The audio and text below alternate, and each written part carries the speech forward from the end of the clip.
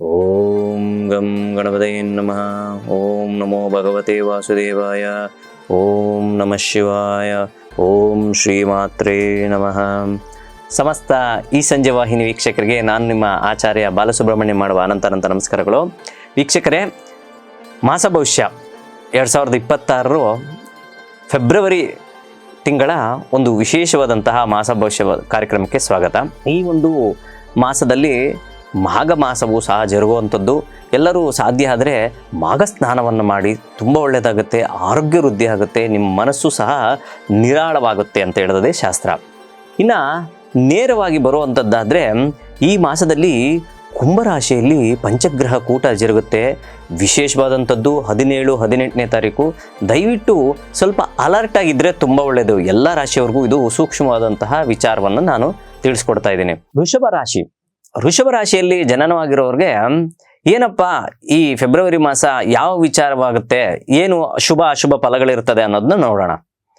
ಪ್ರಮುಖವಾಗಿ ಗುರು ಭಗವಾನನ ಒಂದು ಅತ್ಯಂತ ಶುಭಕರವಾದಂತಹ ವಿಚಾರ ಅಂದರೆ ದ್ವಿತೀಯ ಸ್ಥಾನ, ವಾಕ್ಸ್ಥಾನ, ಧನಸ್ಥಾನದಲ್ಲಿ ಕುಟುಂಬ ಸ್ಥಾನವೂ ಸಹ ಹೇಳ್ತದೆ. ಈ ಭಾಗದಲ್ಲಿ ಗುರು ಸಂಚಾರ ಮಾಡಬೇಕಾದ್ರೆ ಗುರುವಿನ ಬಲ ಅತಿ ಹೆಚ್ಚಾಗಿರ್ತದೆ ಅಂತ ಹೇಳ್ತದೆ ಶಾಸ್ತ್ರ. ಆ ಕಾರಣದಿಂದ ನಿಮ್ಗೇನು ಒಂದು ಒಳ್ಳೆಯ ವಿಚಾರ ಅಂದರೆ ಹಣಕಾಸಿನ ವಿಚಾರದಲ್ಲಿ ಸುಧಾರಣೆ, ಮಾನಸಿಕ ವಿಚಾರದಲ್ಲೂ ಸಹ ಸುಧಾರಣೆ, ಆರೋಗ್ಯದಲ್ಲಿ ಸಣ್ಣ ಪುಟ್ಟ ಸಮಸ್ಯೆಗಳು, ಪ್ರಮುಖವಾಗಿ ಗಂಟಲಿಗೆ ಸಂಬಂಧಪಟ್ಟಂಥದ್ದಾಗಿರ್ಬೋದು, ಅದು ತಲೆನೋವಾಗಿರುವಂಥದ್ದು, ಈ ಥರ ಶೀತ ವಾತಾವರಣ ಆಗುವಂಥ ಸಾಧ್ಯತೆಗಳು ಹೆಚ್ಚಾಗಿರ್ತದೆ. ಅದ್ರ ಬಗ್ಗೆ ಸ್ವಲ್ಪ ಗಮನ ಹರಿಸಬಹುದು. ಅದ್ರ ಒಟ್ಟಿಗೆ ಉಷ್ಣವಾಯು ಆಗುವಂಥ ಸಾಧ್ಯತೆಗಳು ಸಹ ಇರ್ತದೆ.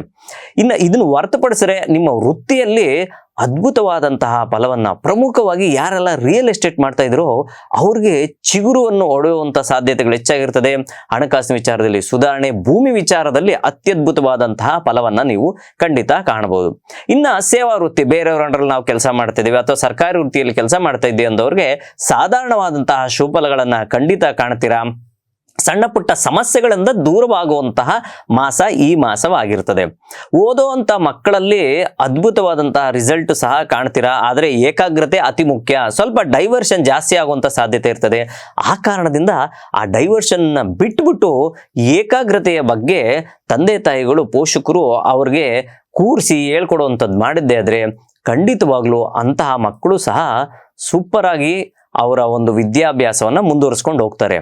ಇನ್ನು ವಯೋವೃದ್ಧರಲ್ಲಿ ಸ್ವಲ್ಪ ಕಾಡುವಂತಹ ಸಮಸ್ಯೆ ಅಂದರೆ ಮಂಡಿಗೆ ಸಂಬಂಧಪಟ್ಟದ್ದು, ಕಾಲಿಗೆ ಸಂಬಂಧಪಟ್ಟದ್ದು ಸಣ್ಣ ಸಣ್ಣ ಸಮಸ್ಯೆಗಳನ್ನು ಕಾಣ್ತೀರಾ. ಇದನ್ನು ಹೊರತುಪಡಿಸಿದ್ರೆ ಮಿಕ್ಕೆಲ್ಲ ವಿಚಾರಗಳು, ಸಾಂಸಾರಿಕ ವಿಚಾರದಲ್ಲಾಗಿರ್ಬೋದು ಅಥವಾ ಹಣಕಾಸಿನ ವಿಚಾರದಲ್ಲಾಗಿರ್ಬೋದು ಅಥವಾ ವ್ಯವಹಾರಗಳಲ್ಲಾಗಿರ್ಬೋದು ಸಂಪೂರ್ಣವಾದಂತಹ ಶುಭಫಲಗಳನ್ನು ಖಂಡಿತ ಕಾಣ್ತೀರಾ. ಎಲ್ಲ ವಿಚಾರದಲ್ಲೂ ಯಶಸ್ಸನ್ನು ನೀವು ಕಾಣಬಹುದು. ಇನ್ನು ಪರಿಹಾರ ರೂಪಕವಾಗಿ ಏನಾದರೂ ಇದೆಯಾ ಅಂದರೆ ಖಂಡಿತವಾಗ್ಲೂ ಇದೆ. ಧನ್ವಂತರಿಯ ಸ್ಮರಣೆ, ಓಂ ಧಂ ಧನ್ವಂತರಿ ನಮಃ ಅನ್ನೋ ಒಂದು ಮಂತ್ರವನ್ನು ಪ್ರತಿನಿತ್ಯ ಊಟಕ್ಕಿಂತ ಮುಂಚೆ ಒಂದು 21 ಬಾರಿ ಪಠನೆ ಮಾಡಿ ಖಂಡಿತವಾಗ್ಲೂ ಇದನ್ನ ಪ್ರಯತ್ನ ಮಾಡಬೇಕು. ಯಾವುದೇ ಒಂದು ವಿಚಾರ ಮಾತ್ರ ನುಂಗಿದ್ರೆ ತಾನೇ ಅದರ ಕೆಲಸ ಏನು ಅನ್ನೋದು ಗೊತ್ತಾಗೋದು. ಅದೇ ರೀತಿ ನಾನು ಹೇಳಿದಂತಹ ಮಂತ್ರವನ್ನು ನೀವು ಪಠನೆ ಮಾಡೋಕ್ಕೆ ಪ್ರಯತ್ನ ಮಾಡಿ ಪ್ರತಿನಿತ್ಯ, ಖಂಡಿತ ಆರೋಗ್ಯದಲ್ಲಿ ವೃದ್ಧಿಯನ್ನು ಕಾಣ್ತೀರಾ. ಇನ್ನು ಹಣಕಾಸಿನ ವಿಚಾರದಾಗೆ ಮಹಾಲಕ್ಷ್ಮಿ ಒಂದು ಸ್ಮರಣೆ ಮಾಡ್ತಾ ಬನ್ನಿ.